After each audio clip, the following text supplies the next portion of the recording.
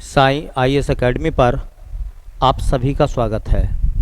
बच्चों, जैसा कि आप पढ़ रहे हैं उत्तर प्रदेश राज्य विशेष, और इसी क्रम को हम आगे बढ़ा रहे हैं। कल हमने अपनी बात की थी मध्यकालीन या मध्यकाल में उत्तर प्रदेश का इतिहास। हमने पहले प्राचीन भारत में देखा, अब मध्यकाल में हम देख रहे हैं कि मध्यकाल में उत्तर प्रदेश में क्या डेवलपमेंट हुए। आज का जो टॉपिक है वो आपके लिए बहुत महत्वपूर्ण होने वाला है तमाम उत्तर प्रदेश के एग्ज़ामों के दृष्टिकोण से, चाहे वो उत्तर प्रदेश एपीएस का एग्ज़ाम हो, चाहे वो सहायक समीक्षा अधिकारी और समीक्षा अधिकारी का एग्ज़ाम हो, चाहे वो उत्तर प्रदेश पीसीएस का एग्ज़ाम हो, चाहे वो उत्तर प्रदेश पुलिस का एग्ज़ाम हो। और यहाँ से आपको सवाल देखने के लिए मिलते हैं बहुत बड़े पैमाने पर। तो आज की क्लास आपके लिए बहुत महत्वपूर्ण है और आपसे ये कहना है कि आप लास्ट तक वीडियो को देखा करें, क्लास की तरह नोट्स बनाया करें, उनको फिर पढ़ा करें, चीज़ों को समझा करें, ठीक है। और देखना, जब आप एग्ज़ाम दोगे तब आपको लगेगा कि ये जो चीज़ें आपको बताई गई हैं ये आपको बहुत ज़्यादा एग्ज़ाम में मदद करेंगी। तब आपको लगेगा कि हाँ, हमें जो पढ़ाया गया वो सटीक पढ़ाया गया, बढ़िया पढ़ाया गया और वो हमें एग्ज़ाम में भी मिला है। किसी भी काम को करने का मतलब ये नहीं होता कि आप उसे करे चले जा रहे हैं, उसको करने के पीछे कोई ना कोई आपका पर्पज़ होता है, कोई ना कोई उद्देश्य होता है। तो ऐसे अपना उद्देश्य, अपना ऑब्जेक्ट, अपना टारगेट आपको पता होगा कि आपको क्या करना है और किस एग्ज़ाम के दृष्टिकोण से आप तैयारी कर रहे हैं, ठीक है। और हाँ, एक बात आपसे कहनी है कि इस बात को, इस क्लास को और लोगों को थोड़ा शेयर कर दें, और लोगों को अवेयर कर दें, जगा दें, क्योंकि ये सबके लिए महत्वपूर्ण है, ठीक है। तो चलते हैं अपने नए टॉपिक की तरफ, मध्यकाल के समय उत्तर प्रदेश का इतिहास या उत्तर प्रदेश में बदलाव, ठीक है। चलिए, तो हम भारत के इतिहास के समानांतर चल रहे हैं बेटा, और भारत के इतिहास के समानांतर चलते चलते हम मध्यकाल की शुरुआत में आ गए थे। हमने थोड़ी सी बात करी थी कुतुबुद्दीन ऐबक की, और थोड़ी सी बात कल करी थी हमने इल्तुतमिश की। इल्तुतमिश का जो उल्लेख है वो, या उसके द्वारा बनाई गई चीज़ें हैं, वो आपको या हमें दिखाई देती हैं बदायूं में, ठीक है। अब हम बात करते हैं, इसके बाद जो नंबर आया वो राजा बना बेटा फिरोज शाह तुगलक। अब आप ये मत कहना कि भैया बाकी राजा बीच में जो आप पढ़ाते वो कहाँ चले गए। एक्चुअल में मैं उन सब चीज़ों को हम लोग कवर कर रहे हैं जो उत्तर प्रदेश के समानांतर चीज़ें चलेंगी, वरना तो हम भारत के इतिहास में उलझ के बैठ जाएंगे, ठीक है। वो हम चीज़ें देखेंगे जब हम भारत के इतिहास को पढ़ेंगे, ठीक है।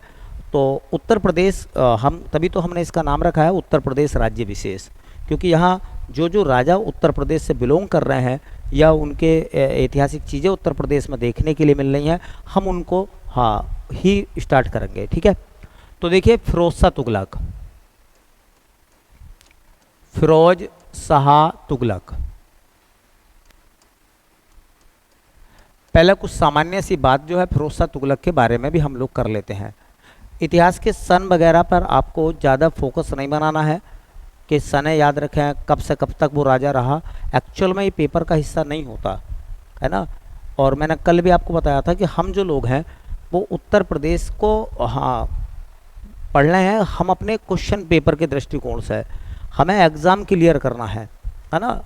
हाँ, हमें इतिहास में जाकर उन चीज़ों को कुरेदना नहीं है। अगर वो सब चीज़ें अगर आपको पढ़नी हो तो फिर आप पीएचडी करो इतिहास में। इतिहास में आप जो है उन चीज़ों को ढूंढो, खोजो, तब चीज़ें आपको क्लियर होंगी, ठीक है। तो ऐसा नहीं है, हमारा पर्पज़ ये है और हम उन्हीं के लिए पढ़ा रहे हैं इतिहास जिनको एग्ज़ाम क्लियर करना है, ना कि उन्हें पढ़ा रहे हैं हम इतिहास जो इतिहास के विद्वान बनना चाह रहे हैं, ठीक है। तो विद्वानता का यहाँ सवाल है भी नहीं। तो हम बात कर रहे हैं फिरोज शाह तुगलक की। देखिए, जो फिरोज शाह तुगलक था उसके बाद में सामान्य सी अगर हम बात करें तो इसे सल्तनत काल का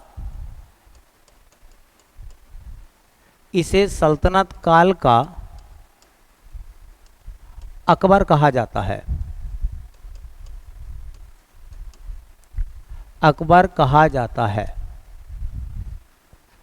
इसे सल्तनत काल का अकबर माना जाता है फिरोज शाह तुगलक को, ठीक है। अब सवाल ये है यहाँ से, एक सवाल है, अकबर तो अकबर था, अकबर तो अकबर था, ये फिरोज शाह तुगलक को सल्तनत काल का अकबर माना जाता है। उत्तर प्रदेश पीसीएस में एक सवाल पूछा था, कश्मीर का अकबर किसे कहा जाता है? जैनुल आबदीन को। अगर वो सवाल आगे याद रखना, जो एपीएस की तैयारी कर रहे हैं वो भी, और जो पीसीएस की तैयारी कर रहे हैं वो भी, कश्मीर का अकबर किसे कहते हैं? तो कश्मीर का अकबर कहा जाता है जैनुल आबदीन को। जैनुल आबदीन, इसे क्या कहते हैं? कश्मीर का अकबर, कश्मीर का अकबर कहते हैं। फिरोज शाह तुगलक के बारे में जो सामान्य सी दूसरी बात है जो आपको याद रखनी है, इसने ब्राह्मणों पर भी जजिया कर लगाया। जजिया कर भारत में लगाया था मोहम्मद बिन कासिम ने, ठीक है। फिर जजिया कर को ब्राह्मणों पर भी लगा दिया, किसने? फिरोज शाह तुगलक ने। अकबर ने जजिया कर मानसिंह के कहने पर समाप्त कर दिया, और अकबर के बाद जजिया कर को लगाया पुनः औरंगजेब ने। तो ये जजिया कर को लेकर है। तो इसने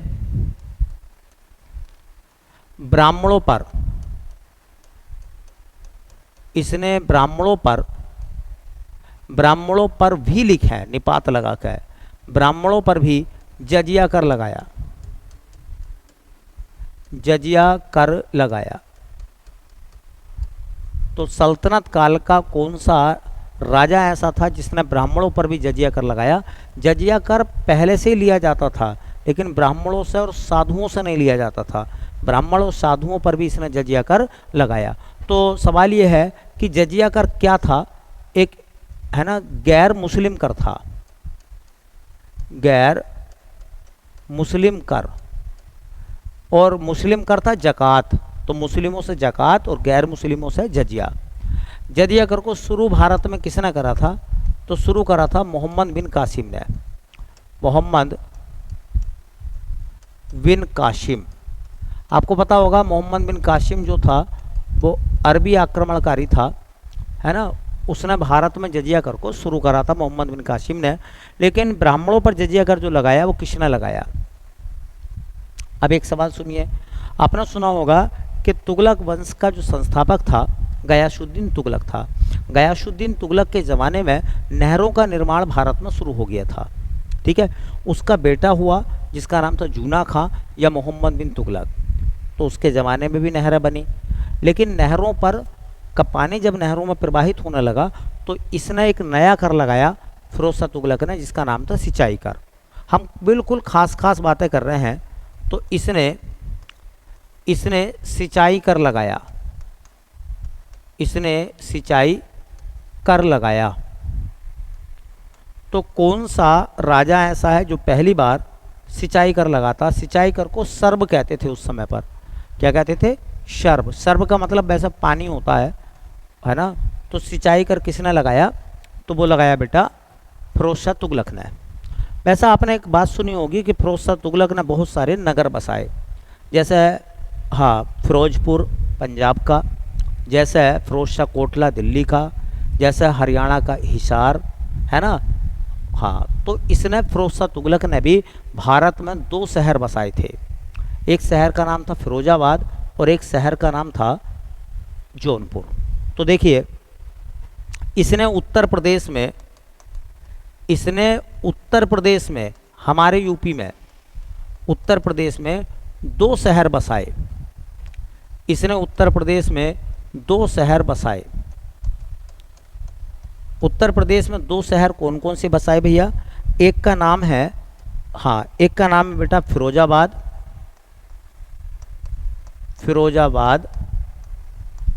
और बेटा एक का नाम है जौनपुर। क्या नाम है? जौनपुर। तो भारत में कई सारे शहर बसाए थे। फिरोजपुर था पंजाब का, हरियाणा का हिसार था, दिल्ली का फिरोज शाह कोटला था, उत्तर प्रदेश में फिरोजाबाद था और उत्तर प्रदेश में जौनपुर था। और भी बहुत सारे शहर उसने बसाए थे।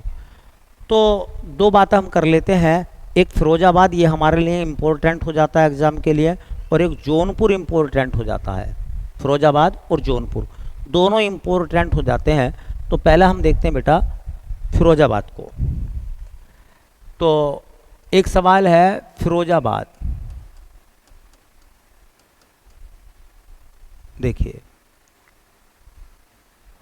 देखिए जो फिरोजाबाद है, फिरोजाबाद का पूर्व नाम जो है ना बेटा, पुराने ज़माने में फिरोजाबाद को कहते थे चंदावर। और अब चंदावर से आपको याद आ गया होगा। चंदावर से आपको क्या याद आया होगा, मैंने बताया था कि 1194 में कन्नौज के राजा जयचंद और मोहम्मद गोरी के बीच में युद्ध हुआ था, चंदावर का युद्ध। वो चंदावर वर्तमान में कहाँ है, तो वो फिरोजाबाद में है। ठीक है, तो ये फिरोजाबाद उस समय पर किस नाम से जाना जाता था बेटा, चंदावर के नाम से है।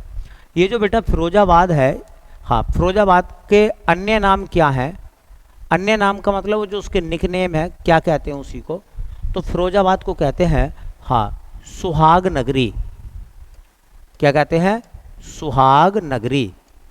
अब इसे सुहाग नगरी क्यों कहते हैं, क्योंकि आपने देखा होगा कि महिलाओं के सुहाग की निशानियां होती हैं, चूड़ियाँ, है ना, सिंदूर, इस तरीके से। तो सुहाग नगरी इस वजह से बोलते हैं क्योंकि यहाँ पर चूड़ियाँ बनाने का काम होता है, और चूड़ी जो है वो महिला के सुहाग की निशानी है। अगर किसी महिला के पति की डेथ हो जाती है, तो जब उसकी डेथ होती है तो उसी समय उसकी चूड़ियाँ जो है वो तोड़वा दी जाती हैं। इसका मतलब ये हुआ कि उसका सुहाग जो है वो उजड़ चुका है या जा चुका है, अब वो सुहागिन नहीं है। ठीक है, तो इसलिए सुहाग नगरी कहते हैं। चूँकि ये चूड़ी यहाँ पर बनती हैं तो इसी वजह से इसको चूड़ी नगरी कहा जाता है, चूड़ी नगरी। अब इसके नाम से पता चल गया चूड़ी नगरी है, तो बताइए फिरोजाबाद में क्या काम होता है, काम क्या होता है फिरोजाबाद में। तो बेटा फिरोजाबाद में जो काम होता है ना, वो चूड़ी निर्माण, मतलब चूड़ी निर्माण, वो भी है ना। अब चूड़ी तुमने देखा होगा, कांच की भी आती हैं, पीतल की चूड़ियाँ भी होती हैं, तो हम ये कह सकते हैं कांच की चूड़ी का निर्माण, कांच की चूड़ियों का निर्माण। कांच की चूड़ियों का जो निर्माण है, बनाने का काम है, वो कहाँ होता है बेटा, वो होता है हमारे फिरोजाबाद में। आज से नहीं, उत्तर प्रदेश पुलिस में पूछा था कि लगभग 200 साल से, 200 वर्षों से, 2 शताब्दियों से भी ज़्यादा समय हो गया जहां भारत में सबसे ज़्यादा चूड़ियों का काम जो है वो फिरोजाबाद में होता। तो ये भी सवाल पूछा, पुलिस में पूछा था कि उस शहर का नाम बताइए जिसमें 200 साल से भी ज़्यादा समय से कांच की चूड़ियों का निर्माण होता है, तो वो है हमारा फिरोजाबाद। एक सवाल और बड़ा शानदार बनेगा कि देखिए फिरोजाबाद, मैंने अभी बताया है, फिरोजाबाद की स्थापना किसने करी थी, फिरोजाबाद का संस्थापक कौन था। तो बेटा फिरोजाबाद का संस्थापक बताया जाता है फिरोज शाह तुगलक को, फिरोज शाह तुगलक, फिरोज शाह तुगलक। फिरोज शाह तुगलक को माना जाता है फिरोजाबाद का संस्थापक। एक और सवाल कि देखिए फिलहाल तो जो है फिरोजाबाद जो है वो नगर निगम है। क्या है, नगर निगम। तो यह नगर निगम है, यह नगर निगम है। हमारे उत्तर प्रदेश में 17 नगर निगम आते हैं। कितने, 17 निगम, नगर निगम आते हैं। उन 17 नगर निगम में एक फिरोजाबाद भी है। देखो, एक मेरठ एक सहारनपुर नगर निगम, दूसरा मेरठ हो जाएगा, तीसरा मुरादाबाद हो जाएगा, चौथा बरेली हो जाएगा, पांचवा लखनऊ हो जाएगा, छठा इलाहाबाद हो जाएगा, सातवां वाराणसी हो जाएगा, आठवां गोरखपुर हो जाएगा, नौवां अयोध्या फैजाबाद हो जाएगा। ठीक है, हाँ, अयोध्या फैजाबाद। 10वां कानपुर हो जाएगा, कानपुर नगर जिसको कहते हैं। 11वां जो नगर निगम है हमारा, 11वां वो झांसी हो जाएगा, मान लीजिए, है ना। फिर हो जाएगा 12वां अलीगढ़ हो जाएगा, है ना। 13वां आपका आगरा हो जाएगा, 14वां मथुरा और वृंदावन हो जाएगा, है ना। 15वां नगर निगम फिरोजाबाद हो जाएगा। ऐसी एक नगर निगम 16वां एक नगर निगम है, एक नगर निगम है आपका जो पड़ता गाजियाबाद हो जाएगा 16वां, और 17वां शाहजहाँपुर हो जाएगा। मैंने आपको सब नगर निगम तक गिनवा दिए। ठीक है, तो ये भी एक नगर निगम है। ठीक है, कितने नगर निगम है हमारे यूपी में, 17 नगर निगम है। ठीक है, चलिए अब चलते हैं बेटा हाँ, तो ये बात हो गई फिरोजाबाद की। याद रखें ये फिरोजाबाद, अगर आप कोई एग्ज़ाम दोगे तो फिरोजाबाद के सवाल आपको मिलेंगे। उत्तर प्रदेश पुलिस से लेकर तमाम एग्जामों में यहाँ से सवाल आते हैं। अब दूसरा शहर जो बसाया था, हाँ, मोहम्मद फिरोज शाह तुगलक ने, उस शहर का नाम था जौनपुर। क्या था? जौनपुर। देखो जौनपुर आपके लिए बहुत इम्पोर्टेंट होने वाला है। मैं आपको जौनपुर की सामान्य जानकारी भी दूंगा पहले, फिर जौनपुर में एक राजवंश भी हम लोग पढ़ेंगे जो बहुत काम का है, बहुत बार सवाल आए हैं। उसका नाम है सरकी राजवंश, सरकी वंश। ठीक है, तो देखो पहला सवाल ये है कि जौनपुर जो है, हाँ, वो किस नदी के किनारे पर है? तो वो नदी है बेटा गोमती। देखो गोमती नदी के किनारे पर उत्तर प्रदेश के 3 शहर बसे हुए हैं। कितने? 3। याद रख लो, नोट कर लो, कहीं ना कहीं लिख लो, या आपका मन है। जौनपुर में, सॉरी, गोमती नदी के किनारे 3 शहर बसे हुए हैं। पहला नंबर लखनऊ, दूसरा जौनपुर, तीसरा सुल्तानपुर। तो सुल्तानपुर, लखनऊ और जौनपुर ये किस नदी के किनारे पर है? ये गोमती नदी के किनारे पर बसे हैं। तो नोट कर लेना, कुछ बातें ऐसी हैं जो मैं बताता हूँ, कहीं ना कहीं को पेज पर नोट डाउन कर लिया करो, उससे आपका बेनिफिट होगा। हर बात को बोर्ड पर नहीं लिखा जाएगा। ठीक है, अब दूसरा सवाल ये है कि जो जौनपुर जो है, जौनपुर का संस्थापक कौन था? तो बेटा जौनपुर का संस्थापक मैंने अभी बताया है, जौनपुर का संस्थापक था, हाँ, फिरोज शाह तुगलक। फिरोज शाह तुगलक ये जौनपुर का संस्थापक था। बताया जाता कि 1359 में, 1359 ईस्वी में इसने जौनपुर शहर को बसाया था। 1359 ईस्वी में इसने जौनपुर शहर को बसाया था। अब सवाल ये निकलता कि देखो इसके नामों के, इसके बसाए गए शहरों के नामों को देखोगे तो फिरोज शाह कोटला, फिरोजाबाद, ठीक है, फिरोजपुर, मतलब फिरोज के नाम से है। ये नाम जौनपुर क्यों उसने रखा है? तो एक्चुअल में क्या था कि इसका एक चचेरा भाई था जो इससे पहले राजा बना था। चचेरा भाई, चाचा का लड़का, उसका नाम था जूना खां। तो किसकी याद में इसको बसाया गया है? तो याद में बसाया गया है जूना खां। या तो कह दो जूना, या कहीं कहीं किताबों में आपको मिलेगा जोना खां, जोना खां। और यही जोना खां जो था वो मोहम्मद बिन तुगलक की उपाधि लेकर राजा बना था। तो ये सवाल एक एग्जाम में पूछा था कि बताइए इनमें से कौन सा राजा ऐसा था जो मोहम्मद बिन तुगलक की उपाधि लेकर राजा बना था? तो उसका सही आंसर था जूना खां। जूना खां की उपाधि थी मोहम्मद बिन तुगलक, उसका वास्तविक नाम तो जूना खां या जोना खां था। तो मोहम्मद बिन तुगलक, मोहम्मद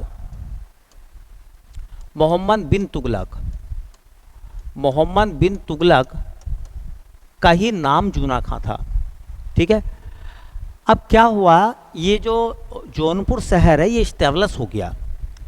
जब ये इस्टेब्लिश हो गया तो ये आगे चलने के बाद में ये एजुकेशन का हब बना। एजुकेशन के हब का मतलब ये है शिक्षण संस्थाओं के लिए ये पॉपुलर हो गया। ठीक है, जब ये पॉपुलर हो गया शिक्षा के लिए तो इसको बेटा नाम दिया गया था, इसको एक उपनाम दिया गया था, इसको उपनाम दिया गया था भारत का सिराज। भारत का सिराज, या इसी को कहा जाता है पूर्व का सिराज। पूर्व का सिराज पेपर में बहुत बार ये सवाल पूछे गए हैं और मैं आपसे कह रहा हूँ इस चीज़ को आप बेहतर ढंग से पढ़ लीजिए, आपका एग्ज़ाम बेहतर हो जाएगा, अच्छा हो जाएगा। तो देखिए भारत का सिराज या पूर्व का सिराज किसे कहते हैं? जौनपुर को कहते हैं। जौनपुर की स्थापना किसने की थी? फिरोज शाह तुगलक ने की थी। जौनपुर किस नदी के किनारे पर है? गोमती नदी के किनारे पर है। किसकी याद में की थी? जूना खां या जोना खां की याद में करी थी, जिसको बाद में मोहम्मद बिन तुगलक कहा गया था।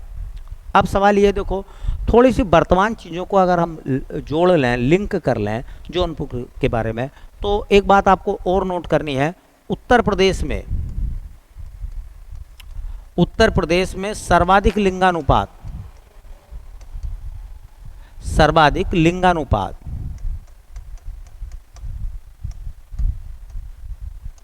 उत्तर प्रदेश में सबसे बेहतर जेंडर रेशियो जो है वो किसका आता है बेटा? वो जौनपुर का है। और जौनपुर में है लगभग 1024। उत्तर प्रदेश में सबसे ज़्यादा लिंगानुपात जो जौनपुर का है 1024। जेंडर रेशियो के मामले में पहले नंबर पर है। चिकनी और बलुई मिट्टी है वहाँ पर, है ना।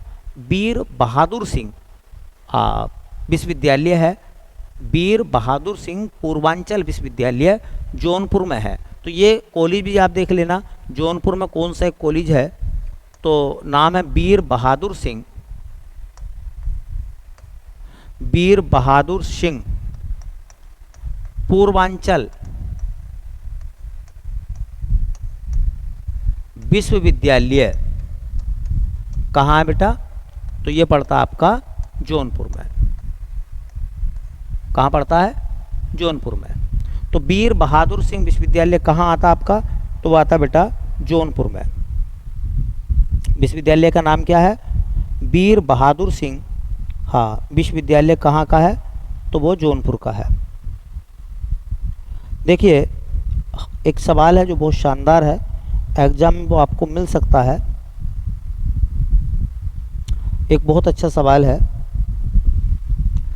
एक जिला एक उत्पाद के मामले में जौनपुर एक जिला एक उत्पाद में किस मामले में आता है। एक जिला एक उत्पाद,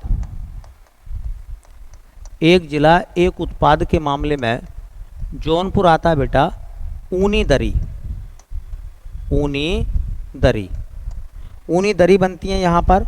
ये पूछ लेंगे किस उत्पाद के लिए जौनपुर फेमस है, तो जौनपुर में आता है एक जिला एक उत्पाद। ठीक है, तो देखो जौनपुर शहर की स्थापना हुई थी 1359 में फिरोज शाह तुगलक द्वारा। किस नदी के किनारे पर, गोमती। गोमती नदी के किनारे पर 3 शहर हैं, लखनऊ, जौनपुर, सुल्तानपुर।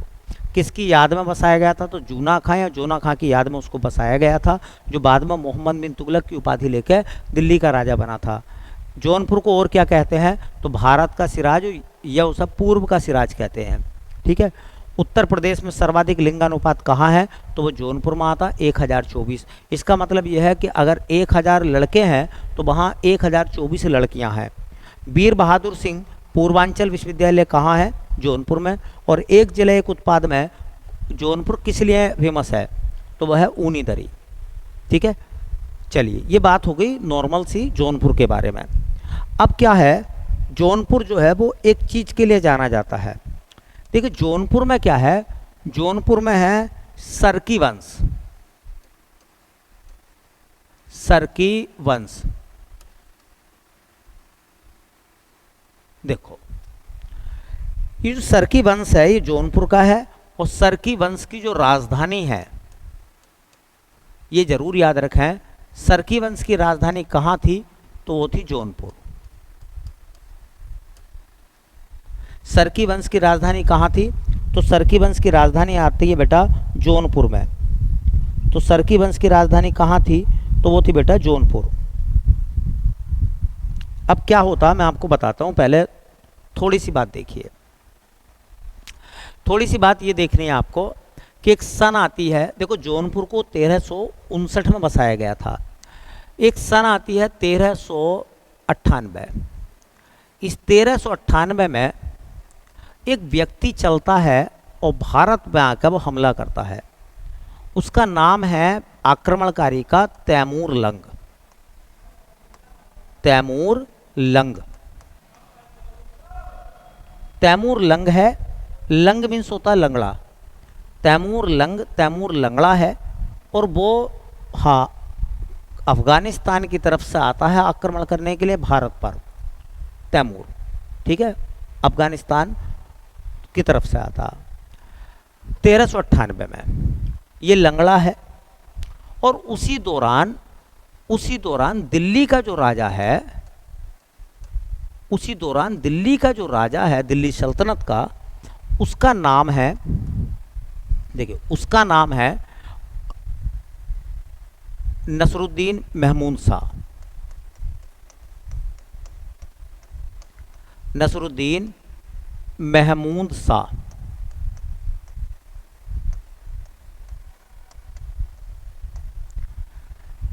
तो तैमूर है, 1398 का समय है। और उसी समय ये जो जौनपुर का हिस्सा है, इस जौनपुर में इन दिल्ली सल्तनत वालों का एक जमींदार रहता था, सामंत रहता था ऐसे कह सकते हैं। उस सामंत का नाम है मलिक सरवर। मलिक सरवर। अब क्या होता था मैं आपको बता दूं कि जौनपुर रियासत का जो मालिक था वो ऐसा मानकर चला मलिक सरवर था। तो मलिक सरवर जो था, हाँ मलिक सरवर जो था, जो कर होते थे वो किसे देता था? दिल्ली को। दिल्ली का राजा कौन है? हाँ नसरुद्दीन महमूद शाह, वो दिल्ली का राजा है। तो ये जो जौनपुर वाले थे ये कर किसे भेजते थे?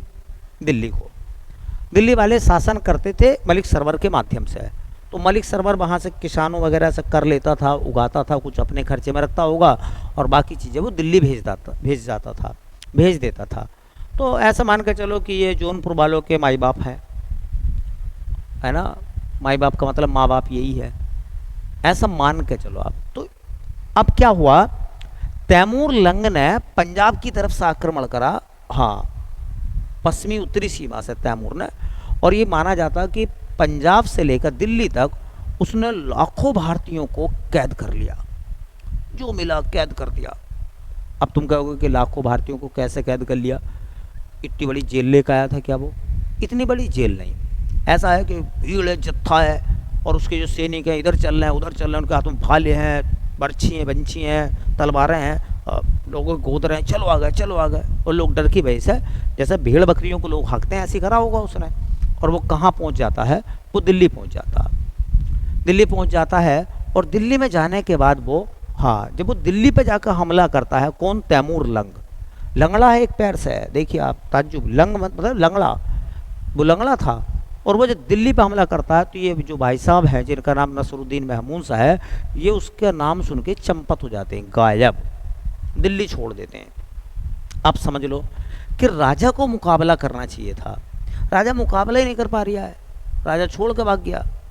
छोड़ के जब भाग गया तो अराजकता फैल गई और कहा जाता कि जो लाखों लोग इसने बंदी बना रखे थे दिल्ली में, उनका कत्लेआम कराया गया।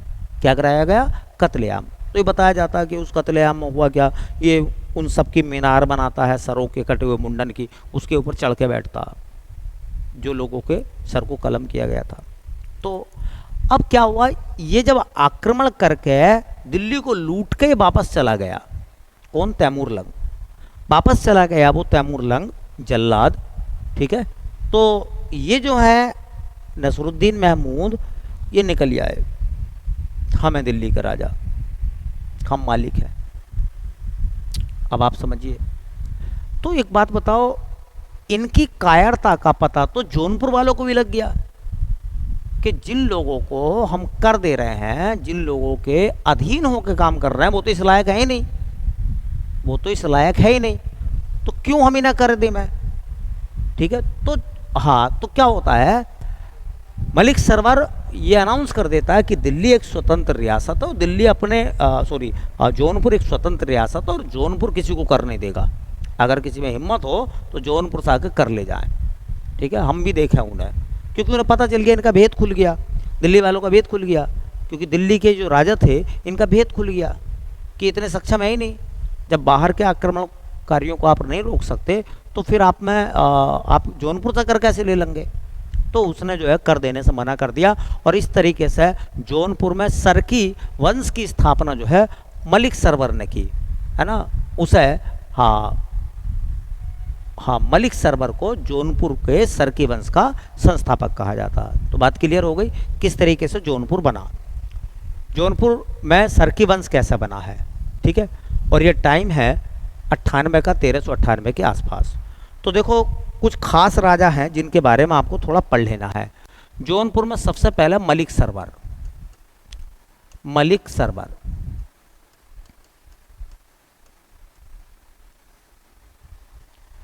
मलिक सरवर। अगर मैं एक सवाल आपसे पूछूं कि बेटा बताओ जौनपुर का संस्थापक किसे माना जाता है या किसे जौनपुर का संस्थापक कहते हैं, तो नाम हो जाएगा मलिक सरवर, ठीक है। तो पहली बात देखिए, यह जौनपुर का संस्थापक था, यह जौनपुर में सरकी वंश का संस्थापक था। जौनपुर का संस्थापक तो फिरोज शाह तुगलक है, यह जौनपुर में सरकी वंश का संस्थापक था। पहला सवाल। ठीक है।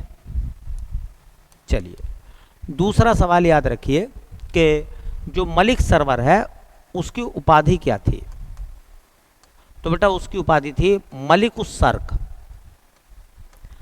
मलिक मतलब मालिक, उस सर्क, मलिक उस शर्क कहते थे।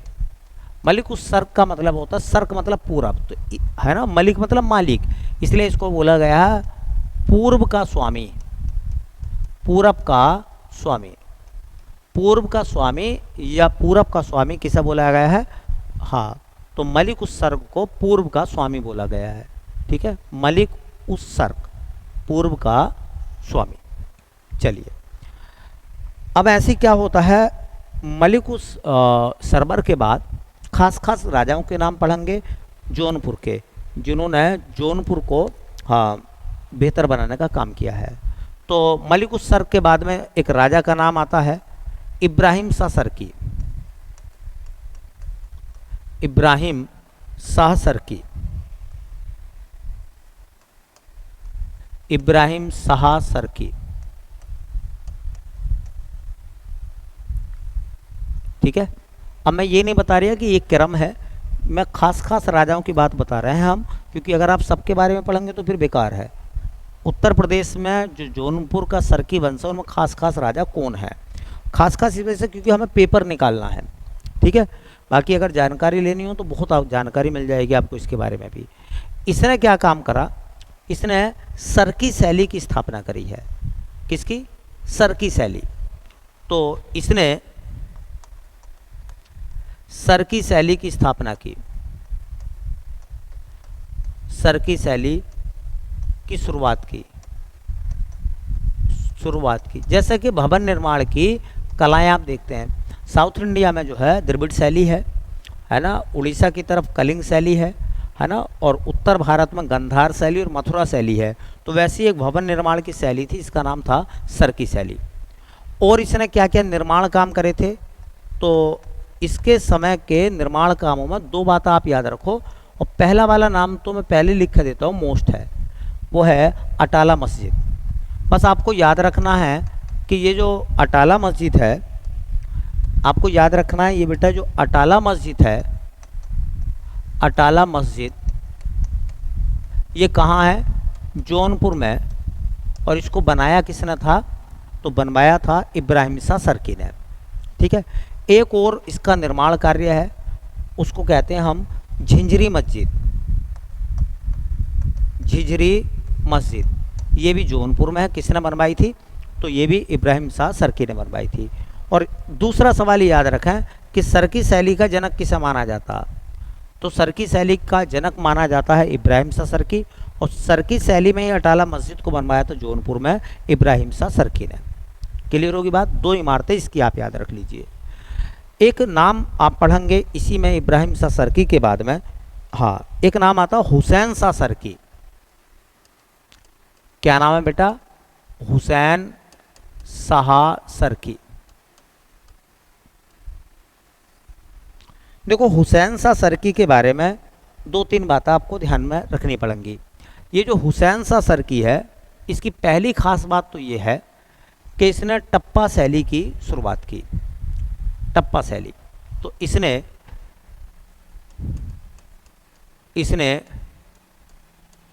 टप्पा शैली का प्रवर्तन किया।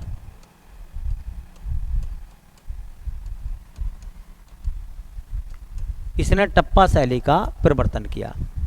ठीक है, दूसरी बात देखिए गाने में क्या होता है, हाँ ये इनको जो ना हुसैन शाह सर्की को हाँ शायरी का, कव्वाली का, गायकी का बहुत बड़ा शौक था।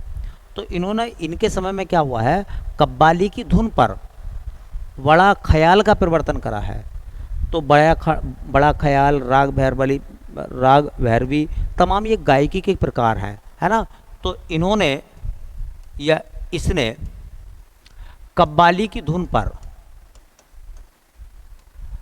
ये पुलिस में पूछा गया किसकी धुन पर बड़ा ख्याल का परिवर्तन हुआ था, तो इसने कव्वाली की धुन पर, पेपर में आया था उत्तर प्रदेश पुलिस में, कव्वाली की धुन पर गज़ल, है ना, हाँ नज़्म, इस तरीके से।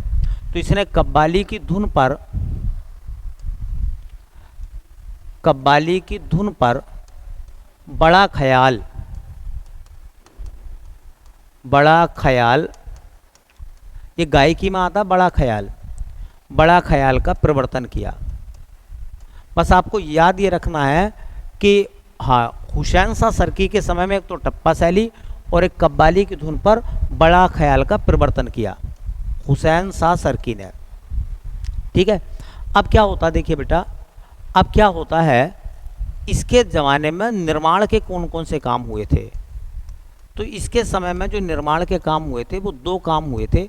एक तो इसके समय में बनी थी जामी मस्जिद, ये जामा नहीं है, जामी मस्जिद है, और जामी मस्जिद जो है वो जौनपुर की है, जौनपुर की जामा मस्जिद बनाई थी इसने।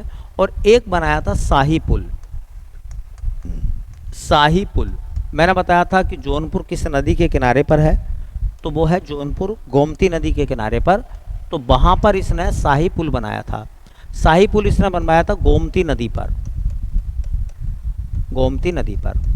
अब हुआ क्या, मैं आपको बताऊं। देखिए, तुगलक वंश में सबसे पहले गयासुद्दीन तुगलक आया, उसके बाद उसका लड़का मोहम्मद बिन तुगलक आया, उसके बाद उसका लड़का फिरोज शाह तुगलक आया, उसके बाद में हाँ नसरुद्दीन महमूद और तमाम जो तुगलक वंश के लोग थे वो आते चले गए, आते चले गए। एंड में क्या हुआ, जब कमज़ोर शासक पैदा हुए तो उसके बाद में जौनपुर में सत्ता बदल गई और जौनपुर में सत्ता हाथ लगी सरकी राजवंश के, शर्की वंश के। अब सरकियों का जब शासन हो गया तो दिल्ली के अंदर पुनः जौनपुर को मिलाने का काम करा है बहलोल लोदी ने। किसने? बहलोल लोदी ने। बहलोल लोदी ने जौनपुर पर हमला करा और जौनपुर को दिल्ली के अधीन मिलाया। तो इस तरीके से जौनपुर जो पहले दिल्ली सल्तनत के अधीन था, बाद में वो बहलोल लोदी के द्वारा दिल्ली सल्तनत में मिला लिया गया और इस तरीके से जौनपुर दिल्ली से छूटा, फिर दिल्ली सल्तनत के अधीन हो गया। ठीक है। तो ये सब बातें आपके लिए बहुत महत्वपूर्ण हैं। आज हमने जो है वो कई महत्वपूर्ण टॉपिक निपटाए हैं जो उत्तर प्रदेश के एग्ज़ाम के दृष्टिकोण से बहुत अच्छे हैं। उम्मीद है बेटा कि क्लास जो है आपको समझ में आई होगी, ऐसी उम्मीद है। और अगर आपका कोई सुझाव हो, आपका कोई मशवरा हो, आपको कुछ आप अपना सजेशन देना चाहें तो आप जो कमेंट कर सकते हैं, बता सकते हैं। ठीक है। अगर वो उचित होगा तो उस पर विचार किया जाएगा। ठीक है। बाकी वीडियो कैसी लगती है और क्या इनसे आपको समझने के लिए मिलता है, आपकी भी थोड़ी जिम्मेदारी है कि कम से कम एक कमेंट करके हमें बता सकते हैं कि हाँ, हम जो प्रयास कर रहे हैं वो सकारात्मक प्रयास कर रहे हैं। ठीक है। तो इसी उम्मीद के साथ कि आप अच्छे होंगे, बढ़िया होंगे, और मिलते हैं फिर कल आपको। ठीक है। ठीक है। तब तक के लिए बहुत बहुत धन्यवाद।